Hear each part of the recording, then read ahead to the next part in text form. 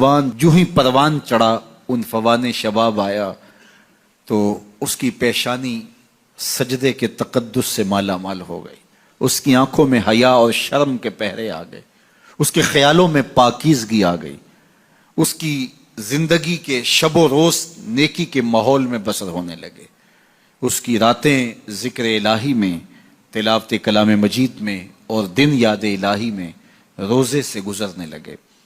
وہ جوان جس کی جوانی اللہ کی عبادت میں گزری، کیونکہ جوانی اگر عبادت میں گزر گئی تو بڑھاپا تو پر نور ہے ہی ہے۔ سب سے مشکل مرحلہ زندگی کا جوانی کا ہے۔ شیطان زیادہ ورغلاتا ہے کسی شخص کو جب وہ جوانی کے مرحلوں سے گزر رہا ہوتا ہے۔ تو جس کی جوانی خیریت کے ساتھ گزر گئی اور اس نے اپنی جوانی کے تقدس کو محفوظ رکھ کے منزل تک پہنچا لیا، اپنی عصمت کے جوہر کی حفاظت کی، اپنی آبرو کو لٹنے نہیں دیا، اپنی آنکھوں کی شرم و حیا پر پہرے بٹھائے اور آنکھ کو برباد نہیں ہونے دیا اور اپنی زندگی کے تقدس کا پہرا دیا، تو جو جوان اپنی جوانی کو خیریت کے ساتھ گزار گیا۔ کسی نے کہا تھا نا، کتاب زیست کا ایک اور باب ختم ہوا، شباب ختم ہوا، ایک عذاب ختم ہوا۔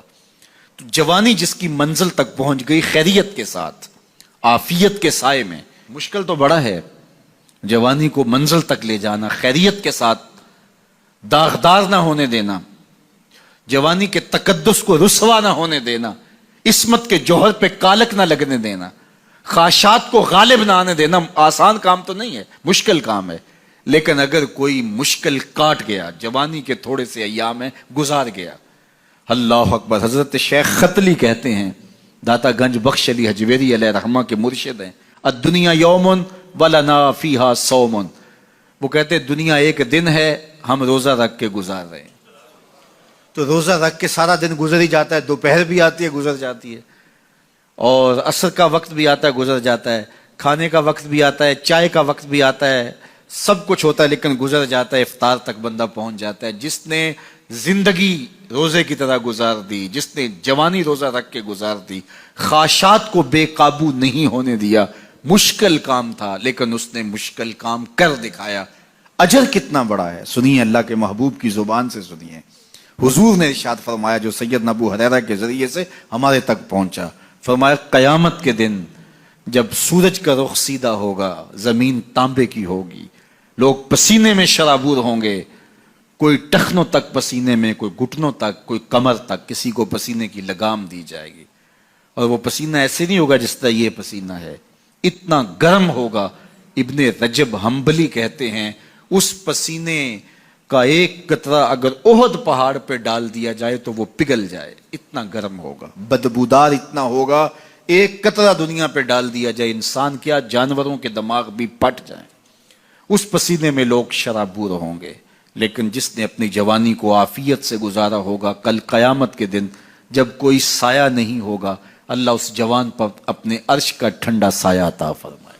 وہ شخص جس کو کسی عورت نے دعوت گناہ دی اور وہ صاحب منصب تھی، صاحب جمال تھی، اور اس نے یہ کہہ کے یہ خواہش، یہ آرزو مسترد کر دی، انی خاف اللہ۔ اسی طرح کوئی عورت ہے تو اس نے اپنے تقدس کی حفاظت کی، اپنی آبرو پہ پہرا دیا اور کسی پیشکش کو ٹھکرا دیا، تو فرمایا قیامت کے دن جب کوئی سایہ نہیں ہوگا، اللہ اسے بھی اپنے عرش کا ٹھنڈا سایہ دے گا۔ کیسا سخت دن ہوگا، اور وہ کس اعزاز میں ہوگا، کس تکریم میں ہوگا۔ یہ تو 4 دن 10-20 سال ہیں، اور وہ 50,000 سال کا ایک دن۔ پھر اس کو اللہ کا شکر ادا کرنا ہوگا کہ اللہ تو نے کتنا کرم کیا میرے اوپر کہ میری جوانی خیریت اور عافیت سے گزری، اور آج اس کا تو کتنا بہتر صلہ مجھ کو دے رہا ہے۔ جیب میں پیسے ہوں تو چہرہ بتاتا ہے کہ آج کوئی خاص بات ہے۔ کسی شخص کے پاس بڑی گاڑی ہو، کوئی اچھا منصب کسی کو مل جائے، وزارت کا قلمدان دے دیا جائے، وزارت تو دور کی بات ہے، کوئی ممبر اسمبلی بن جائے، اس کا ایک نشہ ہے، پروٹوکول، اعزاز، تکریم، دولت، عزت، شہرت، یہ ساری چیزیں اگر کسی کو میسر ہوں، اچھی گاڑی ہو، تو انسان جب روڈ پہ چڑھتا ہے اور وہ فراٹے بھرتی ہوئی جاتی ہے اور وہ چھوٹی چھوٹی گاڑیوں کو کاٹ کے جب آگے گزرتی ہے تو پھر اپنا ہی سواد ہوتا ہے نا، اپنا ہی ایک سرور ہوتا ہے۔ اس طرح جو روحانی ہمیں دولتیں ملتی ہیں اس کا بھی ایک مزہ ہے۔ سجدے کا مزہ اپنا ہے، گھر میں سجدہ کریں تو مزہ اپنا ہے، مسجد میں کریں تو لطف اپنا ہے، پہلی صف میں سجدہ ہو تو سرور اپنا ہے، اور اگر پیشانی کو حرم کا صحن مل جائے تو اس کا سرور اپنا ہے۔ ہر شے کا ایک لطف ہے، روزے کا لطف ہے، سحری کا ایک مزہ ہے، اور سحری کا مزہ گھر بیٹھ کے کرے تو اپنا ہے۔ اچھا کسی سالے شخص کی قربت میں بیٹھ کے سحری کا کھانا نصیب ہو جائے تو اس کا مزہ اور ہے، اور اگر ماں کے ہاتھوں سے پکے ہوئے پراٹھے مل جائیں اور سحری کے لمحے ہوں تو یہ تو جن کی مائیں چلی گئی ان کو پوچھے نا کہ وہ لطف اور سحری کی وہ گھڑیاں کیسی ہوتی ہیں جب ماں کے سامنے چولہے کے پاس بیٹھ کر چنگیر کے اوپر سحری کے ایک پراٹھے کھا رہے ہوتے ہیں تو وہ سرور کیا ہوتا ہے، ساتھ جو ہے وہ ماں کے ہاتھوں سے لسی کا کٹورا پی رہے ہوتے ہیں تو وہ سحری کا لطف اور ہے۔ اس طرح افطار کا مزہ الگ ہے، گھر کریں الگ ہے، مرشد کے ساتھ کریں تو الگ ہے، استاد کے ساتھ افطار کریں تو مزہ الگ ہے، اور ہاتھ میں کھجور ہو اور صحن مسجد نبوی کا ہو اور نظر روضہ رسول پہ ہو اور اس وقت جب افطار کر رہے ہوں تو وہ سرور اور ہے۔ تو ہر شے کا ایک لطف ہے، ہر شے کا ایک سرور ہے۔ تو میاں جب سحری اور افطاری کا مزہ ہے، جب سجدے رکوع اور قیام کا مزہ ہے، جب صدقہ کرنے کا مزہ ہے، روزہ کھولنے اور رکھنے کا مزہ ہے، تو پھر ایمان کا بھی تو کوئی مزہ ہوگا، ایمان کا بھی تو کوئی سرور ہوگا۔ تو ایمان کا حظ بندے کو کب ملتا ہے، وہ سرور کب ملتا ہے؟ تو آئیے اللہ کے محبوب سے ہی سنیے۔ تین چیزیں جس شخص کے اندر پائی جائیں وہ ایمان کا سرور، ایمان کا لطف، ایمان کا مزہ پاتا ہے۔ سب سے پہلی چیز، اللہ اور اس کے رسول سے سب سے زیادہ محبت، کائنات میں سب سے زیادہ محبت اللہ اور اس کے رسول کے ساتھ۔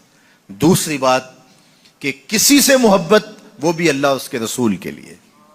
اور تیسری بات، ایمان سے منحرف ہونا جو ہے وہ اتنا مشکل ہو کہ آگ میں ڈال دیا جائے تو یہ آسان ہے، لیکن ایمان سے منحرف ہونا یہ مشکل ہو، یہ نہیں ہو سکتا۔ آگ میں ڈال دو تو ماضی میں ایسا ہوا بھی، اللہ اکبر، تیل گرم کیا گیا کڑاہے میں اور وہاں ڈال دیا گیا، ہڈیاں الگ ہو گئی، گوشت الگ ہو گیا، لیکن اس کے باوجود نام حضور کا نہیں چھوڑا ہے۔ بدن کاٹے گئے، انگلیاں کاٹی گئیں، اعضائے بدنیاں کاٹے گئے، جو تم کر سکتے ہو کر لو، لیکن ہم ایمان سے منحرف نہیں ہو سکتے ہیں۔ اللہ اکبر، زخم پہ زخم کھا کے جی، خونے جگر کے گھونٹ پی، آہ نہ کر لبوں کو سی، یہ عشق ہے دل لگی نہیں۔ جب محبت کا دم بھرا ہے تو پھر دکھ تو سہنے پڑیں گے۔ تو یہ اگر کیفیت بھی نصیب ہو جائے تو پھر بھی ایمان سے منحرف نہ ہو۔ اگر اتنا کوئی پکا ہے، ایمان تو تیقن کا نام ہے، یقین کامل کا نام ہے، جم جانے کا نام ہے، پختگی کا نام ہے، اور اگر یہ نصیب ہے تو پھر ایمان کا سرور بھی آئے گا۔ وہ کچا پکا کہ ٹھیک ہے، آسانی ہوئی تو ٹھیک اور مشکل ہوئی تو پھر روئے سخن دوسری جانب، تو ایسا ایمان سرور نہیں دیتا، ایسا ایمان لطف نہیں دیتا، ایسے ایمان کا مزہ اور حظ نصیب نہیں ہوتا۔ انسان جب کوئی اچھی بات سنتا ہے تو انسان کی فطرت ہے کہ وہ آگے منتقل کرتا ہے۔ آج کل وہ شیئر کر دیتے ہیں نا، جو بات آئے تو آپ اس کو آگے بڑھاتے ہیں، دوستوں میں شیئر کر دیتے ہیں۔ تو یہ انسان کی فطرت سے افواہیں بھی اس لیے پھیلتی ہیں کہ جو بھی بات آپ سنتے ہیں فوری آپ کی کوشش ہوتی ہے کہ یہ سب سے پہلے دوستوں کو میں ہی بتاؤں۔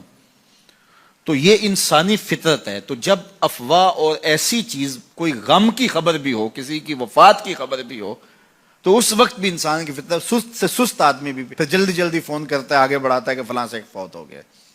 تو چونکہ یہ فطرت ہے، بات کو آگے بڑھانے کا شوق ہے انسان کے اندر رکھا ہے، اس سے چیزیں پھیلتی ہیں۔ اور پھر جو خیر کی خبر ہوگی یا خیر کی بات ہوگی تو اس کو تو آگے پھیلانے کا پھر ہمارا دین بھی ہمیں ترغیب دیتا ہے، جذبہ دلاتا ہے۔ تو حضرت ابو ہریرہ اس جذبے کے تحت جو سنتے تھے پھر آگے منتقل کرتے۔ اب حضور کی بارگاہ سے اٹھ کے جاتے تو سب سے پہلے گھر جاتے اور سب سے پہلے اپنی ماں کو سناتے، اور ماں تھی کافرہ، وہ سننے کی بجائے، خوش ہونے کی بجائے سن کے وہ الٹا ناراض ہوتی اور کوئی نہ کوئی ایسی بات کر دیتی۔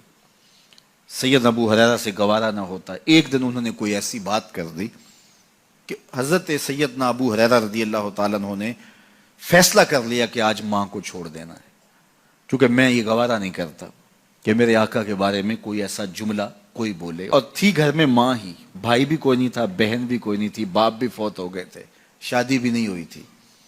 تو ماں ہی ماں گھر میں, اور ماں اور بیٹا اکٹھے رہتے ہو تو پھر محبت بھی مثالی ہوتی ہے.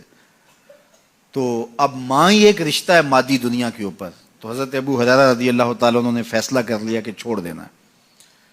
چھوڑ کے گھر سے نکلے, لیکن دل ڈوب رہا ہے کہ ایک ہی تو رشتہ تھا, وہ بھی گیا. افسردہ ہے, حضور کی خدمت میں پہنچے. دل و قلب و نگاہ کے مرشد اولین نے ابو ہریرہ کی اداسی دیکھی تو فرمایا ابو ہریرہ کیا بات ہے. تو حضرت ابو ہریرہ جس طرح بندہ پھٹ نہیں پڑتا, تو عرض کی حضور میری ماں کی ہدایت کی دعا کر دیجئے. ساری کہانی 2 لفظوں میں بیان کر دی, میری ماں کی ہدایت کی دعا کر دیجئے. حضور نے نہیں پوچھا کیا ہوا, کیا ماجرا ہوا, فوراً ہاتھ اٹھ گئے. اور لفظ کیا تھے, اللہم اہد ام ابی ہریرہ تھا, اے اللہ ابو ہریرہ کی ماں کو ہدایت دے دے. ادھر انہوں نے بے چینی سے یہ بات کہی, ادھر حضور کے ہاتھ اٹھے. پھر ان اٹھے ہوئے ہاتھوں کو خالی تو موڑا ہی نہیں جاتا.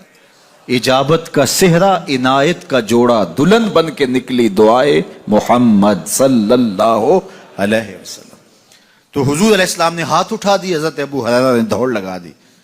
کسی نے پوچھا ابو ہریرہ آج بڑی جلدی ہے؟ کہا آج ہی تو دیکھنا چاہتا ہوں, گھر پہلے میں پہنچتا ہوں یا حضور کی دعا پہلے پہنچتی.